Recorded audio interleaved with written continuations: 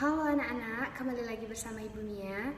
Nah, pada pertemuan kali ini kita akan belajar di tema ketiga, tokoh dan penemuan, subtema 1, penemu yang mengubah dunia pada pembelajaran pertama. Untuk itu, simak baik-baik penjelasan dari Ibu. Nah, anak-anak, di pertemuan ini ada beberapa tujuan pembelajaran yang harus anak-anak capai. Berikut ini tujuan pembelajaran yang harus anak-anak capai.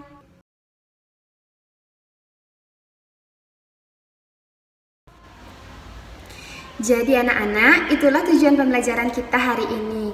Nah, sebelum lanjut ke materi, Ibu akan bercerita sedikit yang berhubungan dengan materi kita hari ini.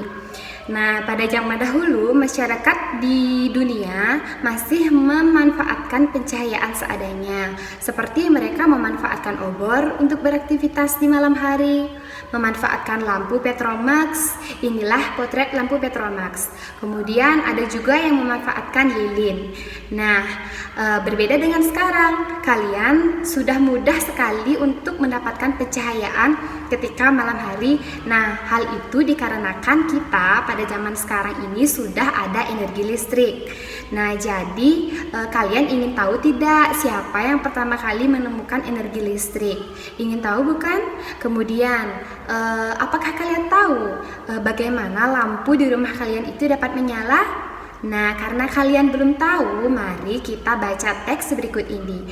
Teks yang berjudul Listrik Pengubah Wajah Dunia. Listrik pengubah wajah dunia. Listrik telah membawa banyak perubahan dalam kehidupan masyarakat di dunia. Michel Faraday adalah tokoh penemu arus listrik. Faraday lahir pada tahun 1791 di Newington, Inggris. Ia berasal dari keluarga miskin dan hanya sebentar merasakan pendidikan di sekolah. Dengan perjuangan kerasnya, berhasil membuat alat sederhana pertama yang dapat menghasilkan gelombang elektromagnetik.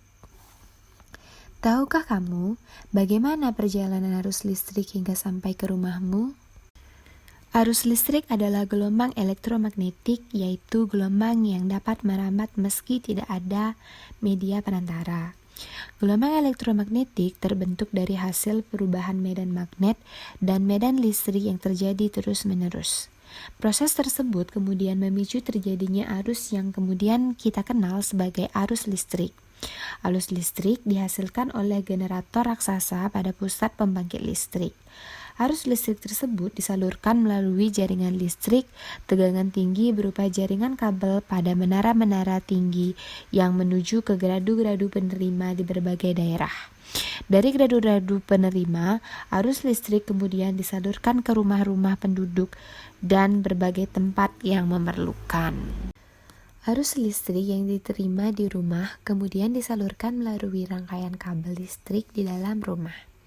Rangkaian kabel tersebut umumnya berada di atap untuk tempat duduk lampu atau di dinding rumah untuk saklar dan colokan listrik, tempat menghubungkan beragam peralatan elektronik seperti televisi, kipas angin, dan kulkas. Rangkaian listrik dalam rumah dapat berupa rangkaian seri atau rangkaian paralel. Rangkaian seri dan rangkaian paralel merupakan jenis-jenis rangkaian yang dipakai untuk menyambungkan dua atau lebih komponen listrik sehingga menjadi satu kesatuan utuh. Bila dilihat dari cara penyusunannya, rangkaian seri disusun dengan cara bersambung atau sejajar dan rangkaian paralel disusun berderet. Berikut ini merupakan gambar rangkaian listrik. Gambar A merupakan rangkaian seri lampu, gambar B rangkaian paralel lampu. Contoh rangkaian seri dalam kehidupan sehari-hari adalah lampu senter. Rangkaian disusun seri pada lampu senter adalah baterai karena hanya terdapat satu lampu pada senter. Hal tersebut yang menyebabkan lampu senter menyala sangat terang namun baterainya cepat habis. Rangkaian seri dan paralel juga bisa ditemui pada lampu-lampu di rumah. Betapa pentingnya peranan listrik bagi kehidupan manusia. Tanpa listrik, tentunya kita akan mendapatkan banyak kesulitan dalam mengerjakan aktivitas sehari-hari.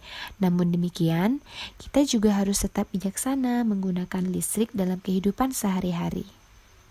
Nah, anak-anak, apakah kalian sudah tahu siapakah yang menemukan energi listrik setelah membaca teks tersebut? Nah, sudah terbayangkan juga kan bagaimana lampu di rumah kalian itu bisa menyala. Jadi, untuk selanjutnya kerjakanlah tugas ini agar kalian lebih memahami isi dari teks tersebut. Nah, anak-anak, agar kalian memahami lebih mendalam mengenai rangkaian listrik seri dan rangkaian listrik paralel, dengarkanlah penjelasan berikut ini. Nah, ciri-ciri dari rangkaian listrik seri yang pertama, arus listrik mengalir tanpa melalui cabang. Yang kedua, tidak stabil dalam mengantarkan listrik. Yang ketiga, kerusakan pada lampu sulit terdeteksi. Yang keempat, membutuhkan kabel yang panjang untuk membuat rangkaian. Nah, kemudian ciri-ciri dari rangkaian paralel. Yang pertama, arus listrik mengalir melalui satu cabang atau lebih. Yang kedua, kestabilan dalam mengantarkan listrik. Yang ketiga, kerusakan pada lampu mudah terdeteksi. Yang keempat, membutuhkan kabel yang sedikit dan lebih praktis. Jadi, ketika senter yang utuh itu kita bongkar, maka akan bernampaklah seperti ini. Ada 4 komponen yang akan kita temukan di dalam senter.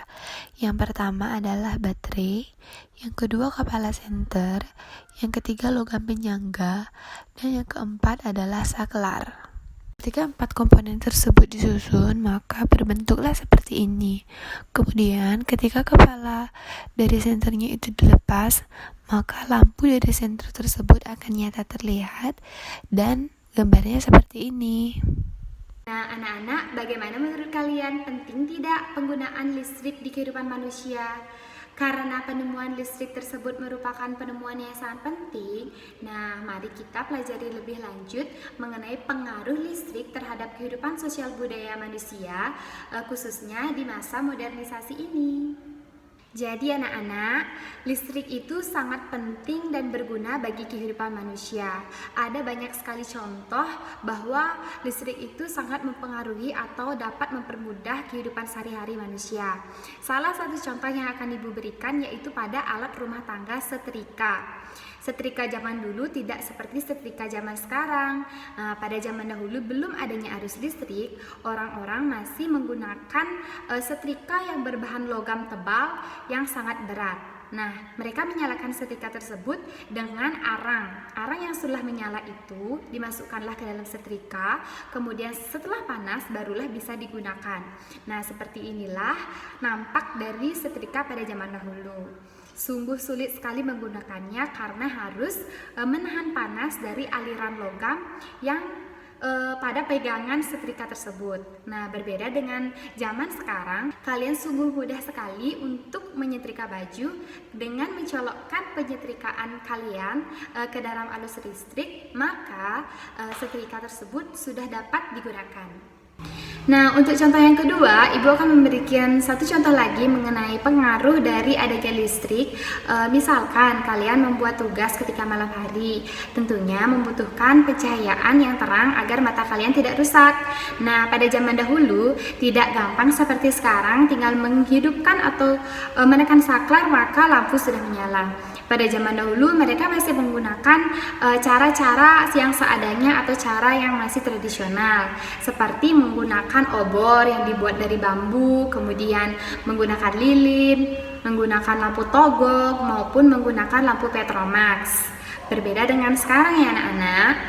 Jadi anak-anak, dari salah satu contoh yang Ibu katakan tadi, itulah mengapa listrik dikatakan sangat penting bagi kehidupan manusia karena dapat mempermudah kegiatan sehari-hari mereka.